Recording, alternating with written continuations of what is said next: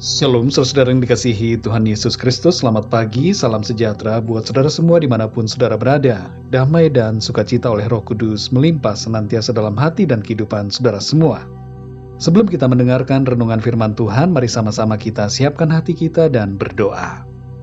Bapa kami yang di surga, Bapa di dalam nama Tuhan Yesus Kristus, kami mengucap syukur Tuhan oleh karena perlindungan-Mu di sepanjang malam hingga pagi hari ini. Kembali saat ini kami bangun dengan kekuatan, kesehatan, dan berkat Tuhan. Kami percaya penyertaan-Mu akan sempurna selalu dalam kehidupan kami.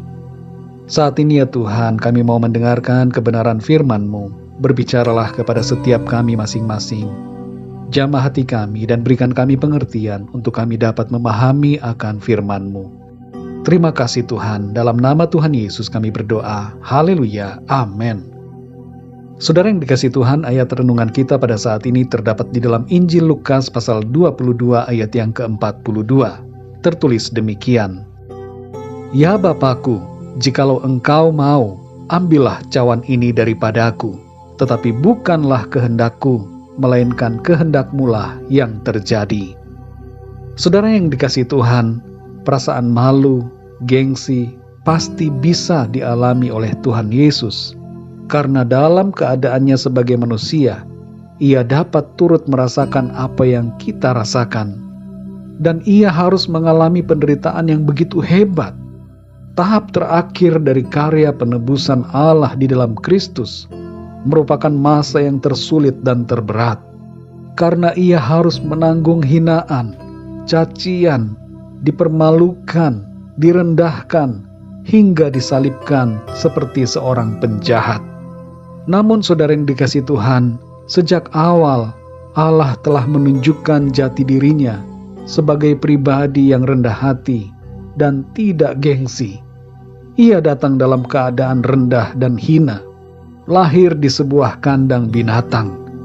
Betapa Allah yang mulia itu rela membuat dirinya menjadi serendah-rendahnya demi untuk kita semua manusia. Kita belajar mengenai sikap yang sangat berharga dari pribadi Allah sendiri. Pribadi kedua dari Trinitas, yaitu Yesus Kristus, yang mengajar kita untuk melakukan segala sesuatu, bukan karena egoisme dan kesombongan, tapi sebaliknya dengan kerelaan hati, mau merendahkan diri dan bahkan berkorban bagi seluruh umat manusia ciptaannya. Dalam ayat ini dikatakan bahwa Tuhan Yesus berserah kepada kehendak Bapa. Sebenarnya, ia pun bisa mengubah rencana yang semula agar tidak dipermalukan, tidak dihinakan. Tapi sikap itu tidak diambil oleh Tuhan Yesus. Ia memilih melepaskan kemuliaannya secara total dan taat kepada kehendak Bapa. Saudara yang dikasihi Tuhan, dalam minggu-minggu sengsara ini menjelang Paskah, kita mengingat kembali teladan Kristus menjelang pengorbanannya di kayu salib. Dan di dalam ayat ini kita belajar satu hal penting yang menjadi ciri khas kita sebagai ciptaan Allah, yaitu ketaatan. Tuhan Yesus dalam keadaannya sebagai manusia menunjukkan sikap taat kepada Bapa.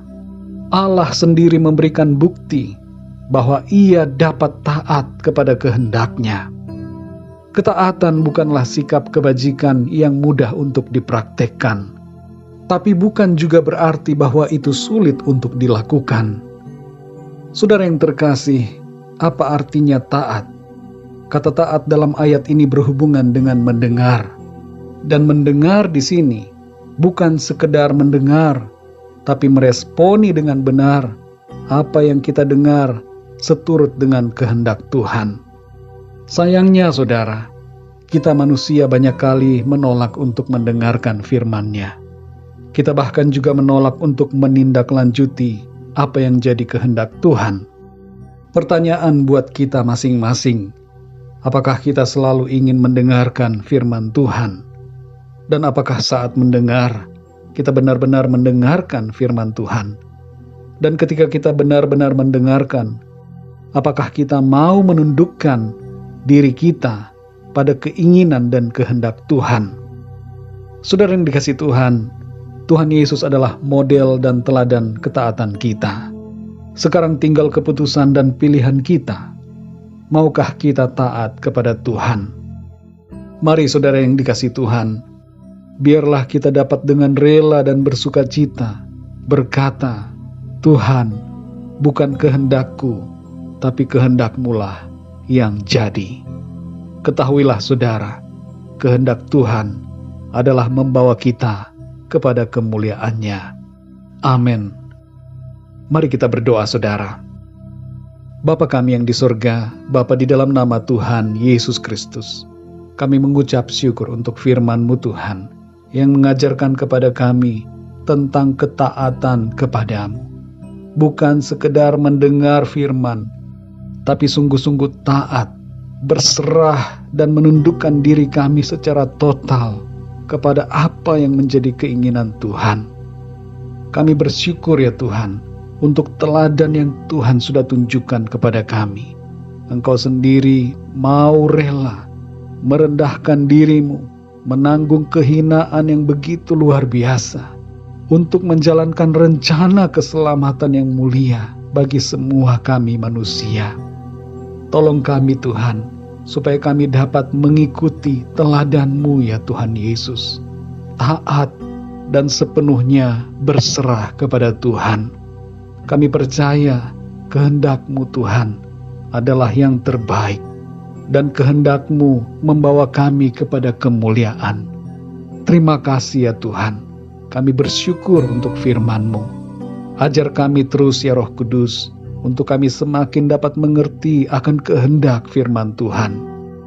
Di sepanjang hari ini, kami mohon pimpinan-Mu atas kami, dalam segala aktivitas kami, dalam studi, dalam tugas, pekerjaan, usaha, pelayanan, dan segala sesuatu. Biarlah di dalam semuanya itu, kami senantiasa mempermuliakan nama-Mu Tuhan. Kami berdoa untuk setiap kami yang sedang mengalami sakit. Jamahlah ya Tuhan dan sembuhkan dengan kuasa-Mu. Kuatkanlah yang lemah, berikan semangat kepada yang berputus asa. Lepaskanlah yang terikat dan terbelenggu dosa dan kuasa kegelapan. Dan berikanlah jalan keluar, pertolongan-Mu yang ajaib bagi setiap kami yang sedang mengalami masalah dan pergumulan dalam hidup. Terima kasih ya Tuhan, kami percaya berkat kasih karunia dan damai sejahtera dari Tuhan melimpah dalam hidup kami. Terpujilah nama-Mu ya Bapa, dalam nama Tuhan Yesus Kristus, Tuhan dan Juru Selamat kami berdoa dan mengucap syukur. Haleluya, amin.